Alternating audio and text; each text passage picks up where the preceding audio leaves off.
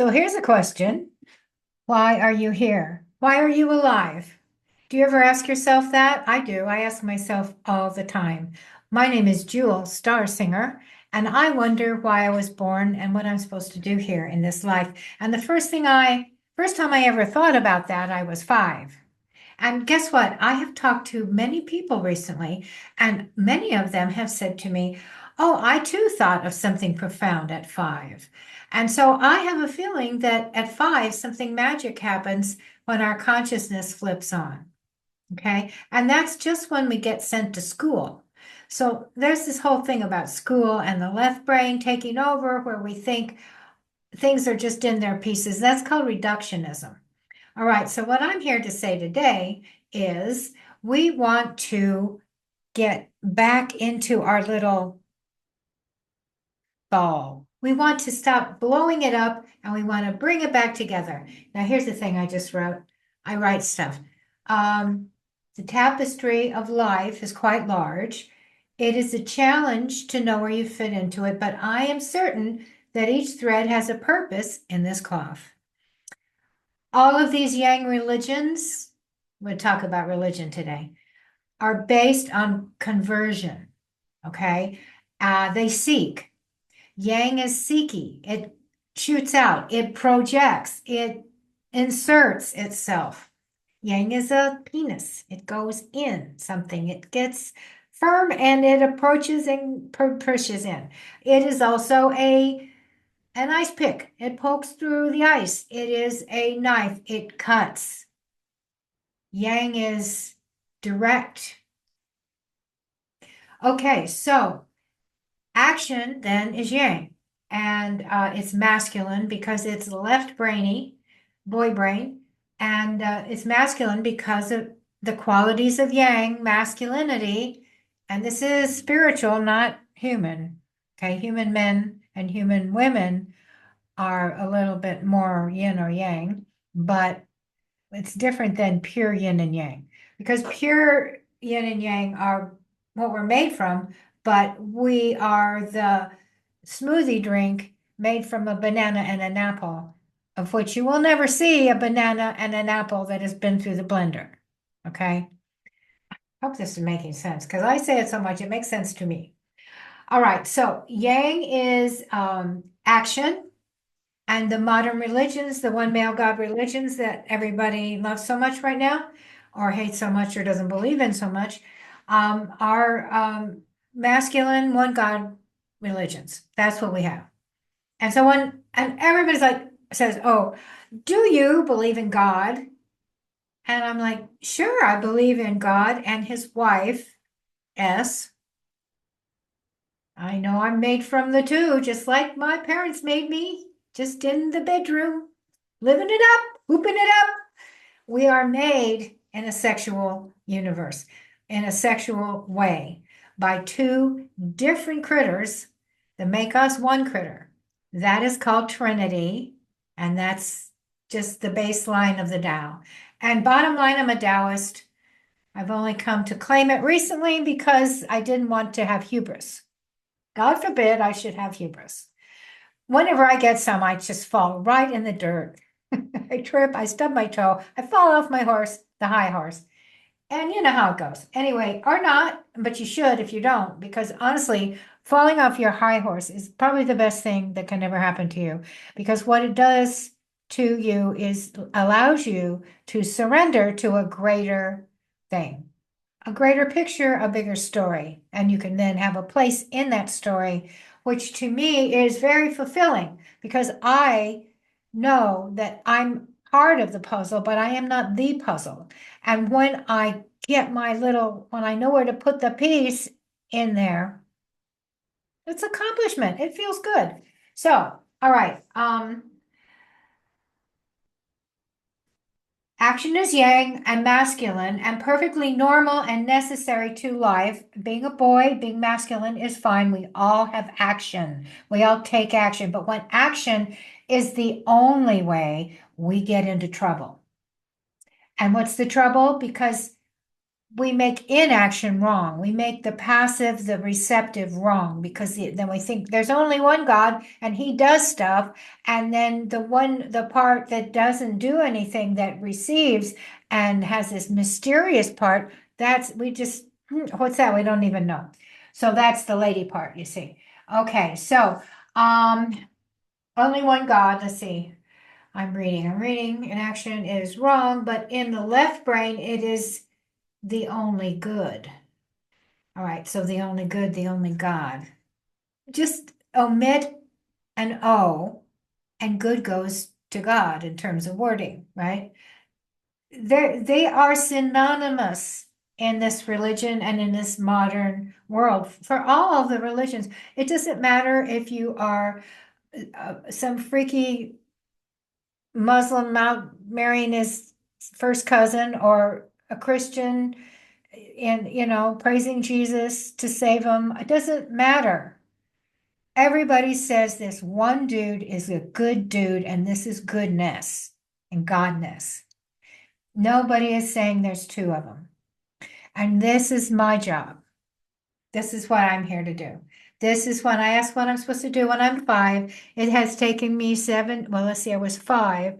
So I'm now 74, which means it's taking me 69 years, maybe 68, because I think I figured it out last year, to know that my job is to explain that we are made from two forces of nature, and they are holy, and that we are made in their holy image.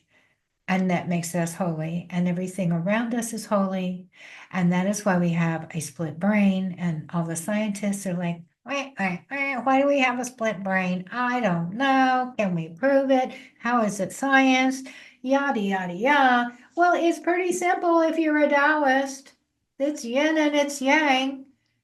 One is energy and one is matter. That's sciencey. I don't know. It's very simple. It's not hard. As a matter of fact, I think it's dumb to say there's only one. That's just what I think. What do you think? I know you're probably, oh, there's one God and I love him. And he's a guy. And no, he's not a guy. He's this thing that you can't describe. Okay. And he, they always end up with the he pronoun. I'm sorry, that's just the way I hear it all the time. I'm just reporting, don't kill the messenger. Gemini here, don't kill the messenger. All right. Only one God, only good. Just subtract your O, your letter O, which brings in all or nothing reductionist mentality, antithetical to the continuity of real life, which is right here and now. Real life now. Talking, feeling, breathing stuff. Okay. The nature religions, these are the old-timey religions before we started writing with our hand. Our right hand to our left brain, which ignited that left brain into thinking he was the boss. So anyway, before we started writing and we were drawing pictures and speaking and memorizing our stories and repeating them together, this was all the continuity. That was the geometric experience in a tribal life. I think tribalism is geometrical. I think life is geometry. That's what I think. Okay, so the right brain knows she has a partner. The lady knows she needs to get that dick in her to get a baby. She knows that. But the dick, if he doesn't have that two get together and he thinks he's the only thing, that's not okay. You see, it's just real simple. You have to have both parts of sex to make a new baby. You just do. And all this stuff, like, the trans people, they want to be the opposite sex. Well, no. No, no. Now, there is a thing in the long view where yin and yang switch around. Think about the DNA picture where that helix goes up like that and there's a little ladder between it. That's very Kabbalistic. The moon is the high priestess and the chariot. So the moon then in my chart is in Libra, which is justice, and it's ruled by a male energy, even though it's on the feminine side. So here's some little twisty, changey stuff, see?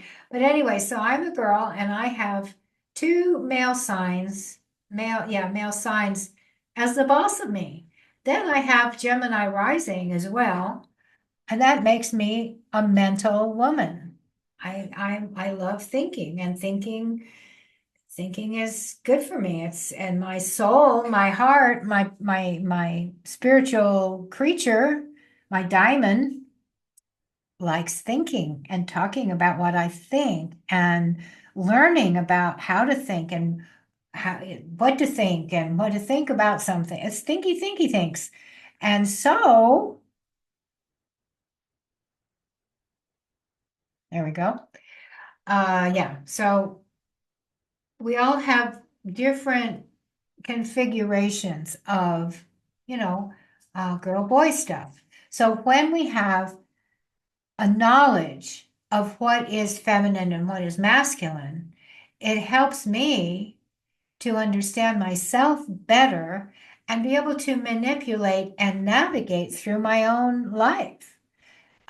This helps anybody to, okay, rather than jump on the bandwagon, you know what that means, do you? That's where you want to join the crowd. Jumping on the bandwagon is a phrase from when I was young, and it means let's join in with this group and let's drink their drinks and play their games and cheer their team.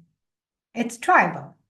An inference towards tribalism, and it's a good thing. It's what makes humans be able to survive. We cannot survive by ourselves.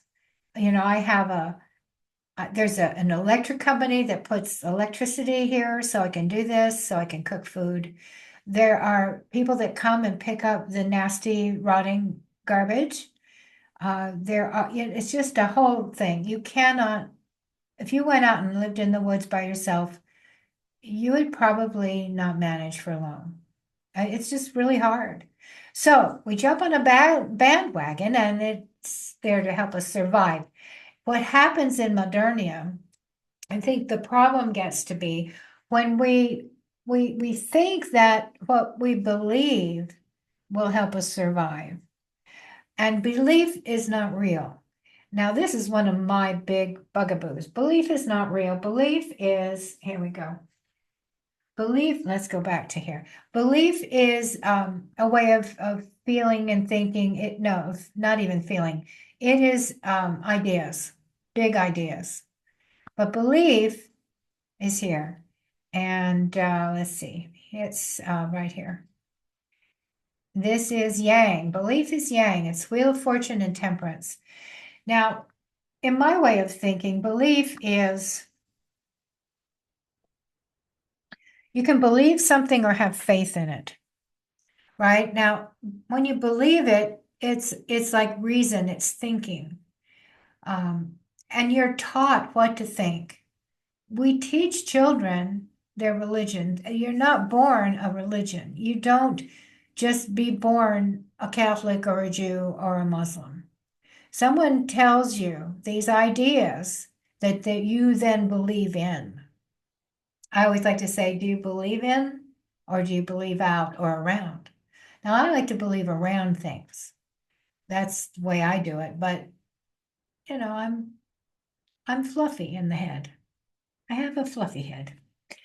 So, how do you believe? You use a preposition and decide, oh, I believe around that subject. In other words, I'm going to it's like is that idea flat and I just take it for the way it looks two-dimensionally?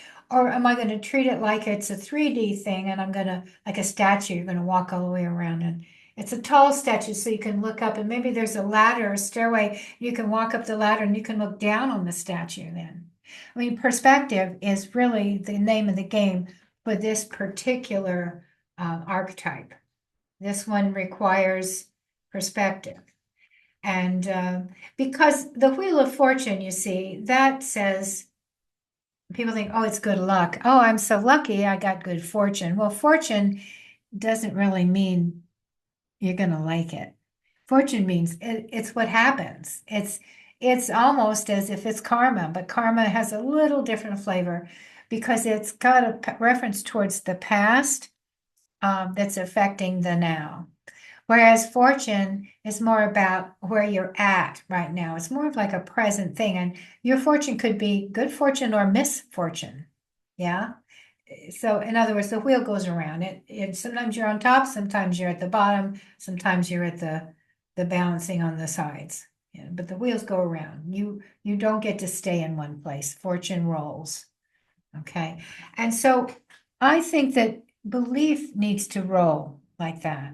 And that's what this energy, this is Jupiter, Zeus. And he's the goat fucker. He's the swan fucker. And why? Because this is an archetype about changing your perspective.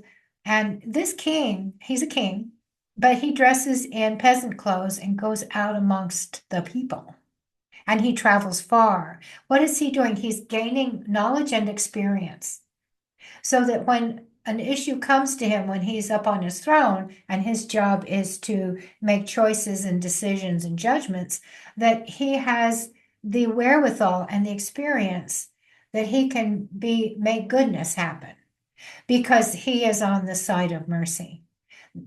The yang masculine side of the Kabbalistic tree of life is mercy. Okay, there we go. Is mercy. Okay.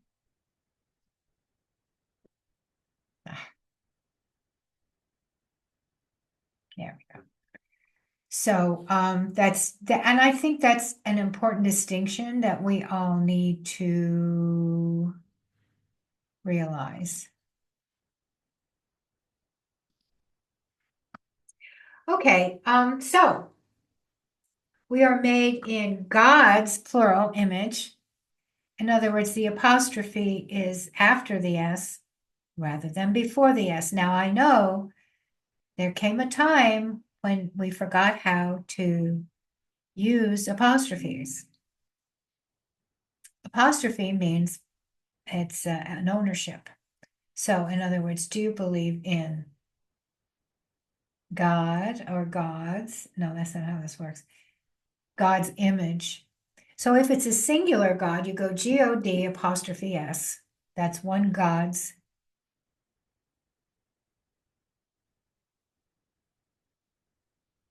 One God's image. Okay. If you believe, as I do, that there's two gods and one is a lady god and one is a man god, then it's God's plural, which is G-O-D-S, belonging to the two gods, G-O-D-S apostrophe. Okay. So these distinctions, I know they might sound petty, but I think that this kind of detail is why I like the yin and yang mentality. Because what it does is it really does relieve you from, oh, I like that. That's cool. It relieves you from being just one thing. And these poor men, and girls too. I mean, what is it? Old men want to be women, and young girls want to be men. It's just, I don't know. It's very strange. But if you were to understand that if your mind is bugging you, if your mentality is in control, if you believe things very strongly, then you have some yang stuff going on and you need to examine it. And if you look in your round chart, you'll see, well, Well, Jeepers creep. I wonder if I have a round chart up for you. You'll see that, it's placed in a certain location in your chart, and it'll help you to know how it's affecting you in your life to know that. For instance, we just had the eclipse in Libra.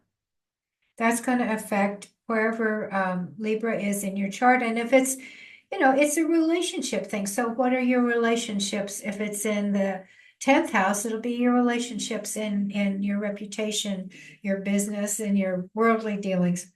Mm. And if it's in your 5th house, your relationships with your children or people that you do creative projects with, or even just your own ego in the 5th house, you see. And if it's in the 1st house, it'll be your relationship with yourself. So in other words, when you have these transits going on in your personal chart, it tells you the areas of trials and tribulations, as well as successes and joys. And when you can pinpoint that, it's very helpful. Now, let me explain why. Because when I had a nervous breakdown, and you call it that when you lose your mind and you start screaming, and you have voices telling you to kill yourself with knives, sticking it in my throat. I mean, it was really terrifying and horrible. And so I had that, and I was like going crazy, and all my husband and friends were just like, "Ooh, what's the matter with Jewel? She's really fucked up." So what was going on was Pluto was transiting opposite my sun. And Pluto is very slow. It's farthest out planet, and it takes like anywhere from 15 to 30 years, depending on what side, because it's very egg-shaped parabola. And so when it's closer, it doesn't take so long to go through a sign, but when it's farther away, it takes longer. So anyway, it was in Sagittarius, and it was affecting my sun, which is the sun is yourself. And so Pluto was on the other side of me, my back, my back face, because I like to think Gemini is two-faced, not in a bad way, not in a mean way, in a projective way and a reflective way. In other words, past and and future in a conglomerate. So Pluto was on my backside, and it was telling me, or was it on my front side? Was I looking at it? Because it was opposite. So, whatever it was, and since I am my Gemini is deep down in the ocean. I like to say it's a 12-year-old boy, the Gemini. It's a 12-year-old messenger boy, and it's in Taurus, so it's riding a cow, because I don't think Taurus should be a bull. It's a cow. It's a lady sign, not a bull. It's a cow. And then third step in any astrological thing, you've got your planet, your sign, and your house. So it's the character, the costume, and the stage set.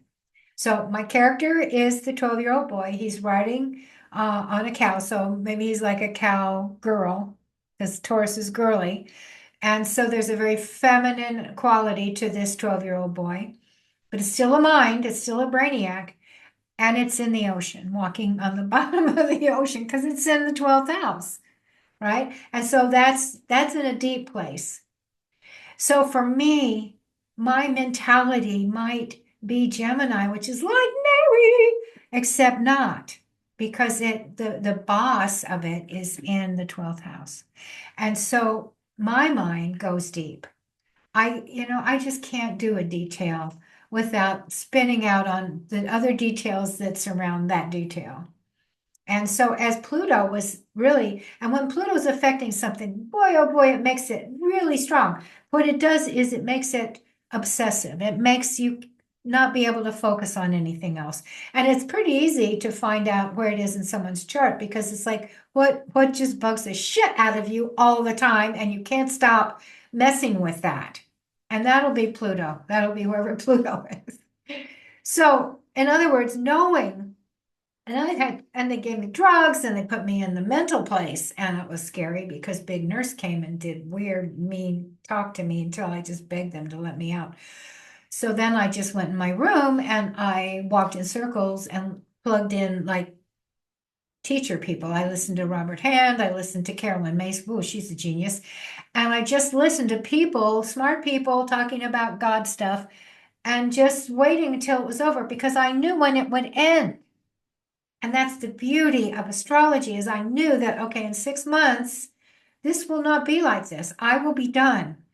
And so what I did was I put it to good use. You put these things to good use when you understand the details of who they are and how to treat them. This was a deeply obsessive urge for me then to get into my soul, myself, to really understand my mind, my 12-year-old cowgirl on a cow in the ocean. When I really and so I got deep. I listened to all these spiritual teachers because for me, spirituality is my bottom line and my top line in both of my walls. Everything to me is spiritual. It has to be that way. I have to understand how it can fit in that box. See, I go mental. How do I fit that in? How do I do this? How does this work? And how can I then understand it in its totality as if it's oceanic, as if I am having dolphins and blind fish swim past me and knowing who they are and knowing their names. I know the name of blind fish. I know their names, Fred and Ethel, they come and talk to me, but I don't hear their words. I feel what they are telling me by their feelings because some people are intuitive. Now, Jung said this, and I just love this because it really hits home for a lot of people who are ultra sensitive. Are you ultra sensitive? I mean, it's pretty common, maybe 20% or 15%. That's several people out of 100, right? So my point is that if you're sensitive, oh, and Lem tells the story. The gal comes in for her session and she says, well, there was a guy here and it was it was a while back, maybe at 3 and she's here at 5. And, and he was a smoker and all this. And he just laughs. He says, well, there's a cigar crushed in the ashtray. And so you would know that, except she didn't. Because intuitives, and this is so beautiful. Whoa, this blows your mind. Intuitives don't see the obvious. If you're highly sensitive, you do not see, and as he said, you don't see the stumbling block in front of you. And so knowing this about myself and my clients, I can help people understand you're not going to see this obvious thing that other people see. You won't see it because you're sensitive to the feeling in the room. But you don't realize, oh, wait a minute, there's a cigar in the ashtray. You see how this works? So my point is, astrology and any metaphysical study will help you understand how to drive your own machine, how to drive this car. This car has a glitch. It has a front tire that turns funny. When you go 50, the radio comes on. I don't know. All these details of living can be understood in a more esoteric way rather than a scientific way. And what that does is it gives it more meaning. It gives it a deeper meaning. Because what we get with science is not a deep meaning. It's all rational left brain reason. Oh, this is the reason why that. Oh, this is the reason why that. And what happens when you allow your fantasy side, and that is the right side of the brain is the underside of the iceberg. The left side of the brain is the tip of the iceberg. So even though we love our rationality, and I love it. I write, I think, I love that. But if we ignore the fact that there is a big lady in the water within us, then we're ignoring the most valuable information. And just allow yourself to know that there was a man in the room because you feel it. And you forgot to see the cigar in the ashtray.